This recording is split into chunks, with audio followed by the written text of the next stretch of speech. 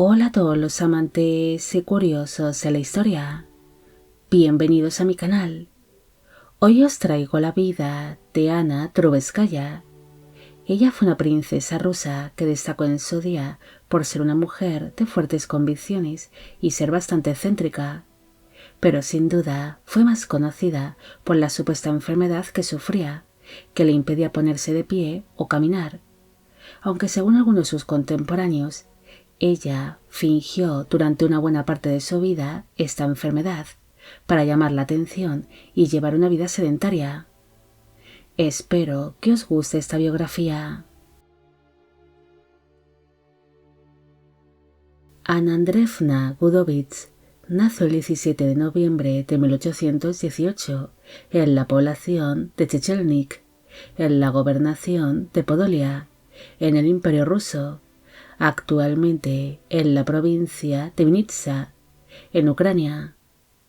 Ella fue la única hija que tuvo el general mayor Andrei Ivanovich Gudovich con su primera esposa, la noble polaca Catalina Prawdź-Zaleskaya. La niña tenía dos medios hermanas llamadas Eugenia y Lucía, nacidas del primer matrimonio de su madre con el general Iván Vasilievich Manteuffel. La niña creció en un hogar acomodado donde recibiría una buena educación, además de que desde bien joven desarrolló una serie de ideales políticos liberales. Ante la buena posición de su familia, Ana acabaría quedando comprometida con el príncipe Nikolai Ivanovich Trubetskoy, quien era nieto del príncipe Dmitri Yurievich Trubetskoy, un alto cargo militar y rico caballero que destacaría en la época de la zarina Catalina II de Rusia, más conocida como Catalina la Grande. El 12 de noviembre de 1837 se celebró la boda entre Ana y el príncipe Nikolai en la ciudad de Moscú, en Rusia. Para entonces, ella tenía casi 19 años de edad en el momento de la unión, y él 30. La boda de esta pareja sería del interés público y saldría en la prensa, siendo descrito su marido como un hombre atractivo y de buen corazón, pero también se decía de él que era poco inteligente. Poco después de haberse celebrado su boda, Ana enfermó repentinamente, asegurando que no podía caminar ni mover las piernas con normalidad. Por esta razón, los recién casados partieron hacia el extranjero para recibir una serie de tratamientos médicos en distintos países europeos. Tras pasar una breve temporada en Bélgica, el matrimonio se instaló en la ciudad de París, en Francia, lugar donde los príncipes se instalaron en una enorme casa, donde celebraban animadas veladas con escritores y artistas de la época. Posteriormente adquirieron la finca de Bellefontaine, cerca de Fontainebleau, lugar donde establecieron su residencia oficial.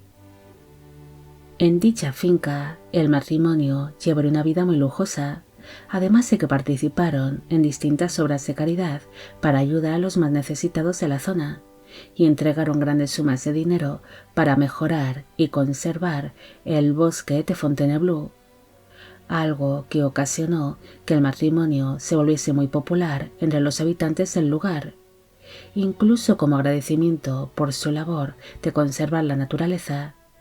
El valle de Trubetskoy fue nombrado así en honor a la pareja, además de que una cueva de la zona fue nombrada como la Gruta de la Princesa, en honor a Ana. Pese a celebrar animadas veladas y colaborar en distintas obras de caridad, la princesa seguiría viéndose afectada por la extraña enfermedad que padecía y que le impedía mover las piernas con normalidad o caminar, aunque según algunos de sus contemporáneos, aquella enfermedad era imaginaria, siendo tan solo la excusa ideal para captar continuamente la atención de todos. Algunas personas aseguraban que la princesa no sufría de ninguna enfermedad y que alguna vez llegaron a verla de pie dentro de sus habitaciones privadas, las cuales abandonaba en muy pocas ocasiones, tan solo durante las veladas o cuando se celebraba algún evento importante. Pese a llevar una vida muy sedentaria y bastante afectada por su supuesta enfermedad, el matrimonio llegaría a tener 2 hijos en común.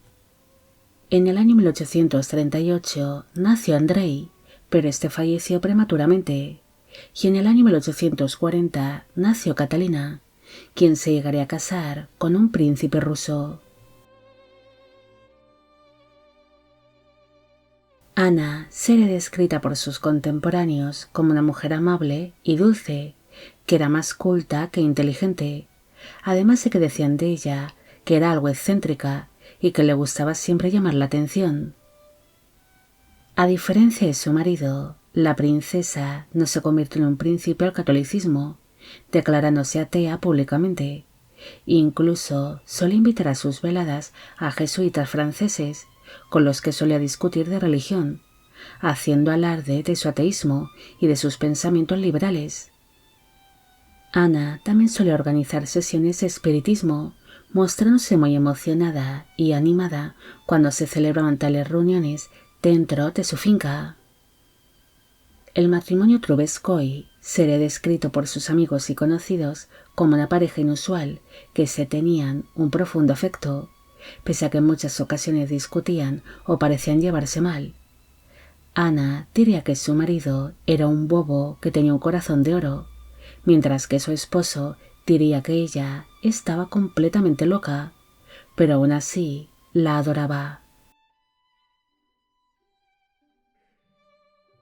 La vida tan lujosa que llevaban los príncipes en Francia ocasionó que el matrimonio se endeudase, viéndose obligados a vender muchos de sus muebles y objetos personales. Pese a su mala situación económica, Ana se mostraría en ocasiones muy alegre y parecían importarle mucho los apuros financieros de la familia. En cambio, en otros momentos se mostraba muy triste y desesperada, teniendo así bruscos cambios de humor de un día para otro. Ante los problemas económicos del matrimonio, el padre de Ana entregó en distintas ocasiones una serie de sumas de dinero a los príncipes, con el cual pudieron saldar sus deudas, pero la pareja no tardaría demasiado en volver a sufrir de apuros económicos. Durante sus últimos años de vida, la princesa se vería muy afectada por la pérdida tanto de su marido como de su hija Catalina, los cuales fallecieron con tan solo un año de diferencia.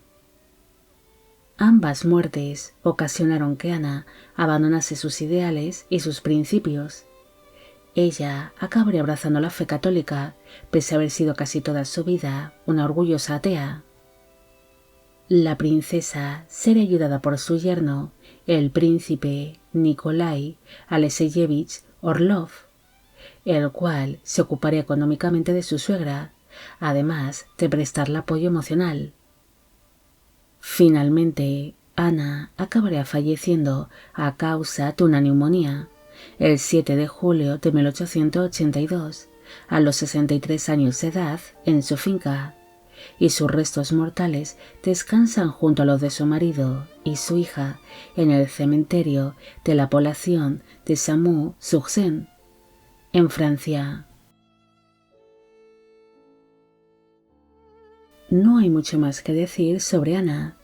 Ella fue una mujer que llevó una vida afectada por la supuesta enfermedad que sufría, permaneciendo así aislada del mundo en la finca que poseía en tierras francesas, aunque según algunos de sus contemporáneos, ella llegó a fingir esta enfermedad para ser el centro de atención y llevar una vida sedentaria dentro de sus habitaciones privadas, dejándose tan solo ver en público durante algunos eventos o durante las veladas que celebraba, ya que según algunas de sus visitas o miembros del servicio aseguraron que habían visto de pie a la princesa o caminando dentro de sus estancias privadas cuando creía que se encontraba sola.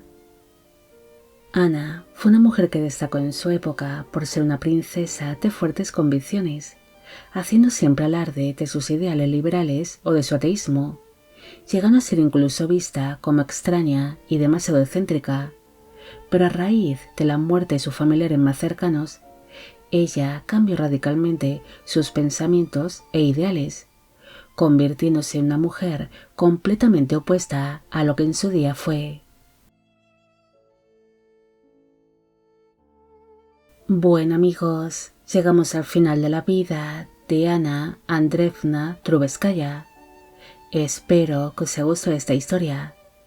Como siempre, agradeceros todo el apoyo que recibe el canal. Mil gracias por ver los vídeos que voy realizando. Y quisiera agradeceros de corazón el que forméis parte de Biopic Channel. Hoy me gustaría saber qué os ha parecido esta historia y si conocéis a otras personas de la realeza o de la nobleza que hayan fingido alguna enfermedad. Y con esto me despido. Hasta la próxima.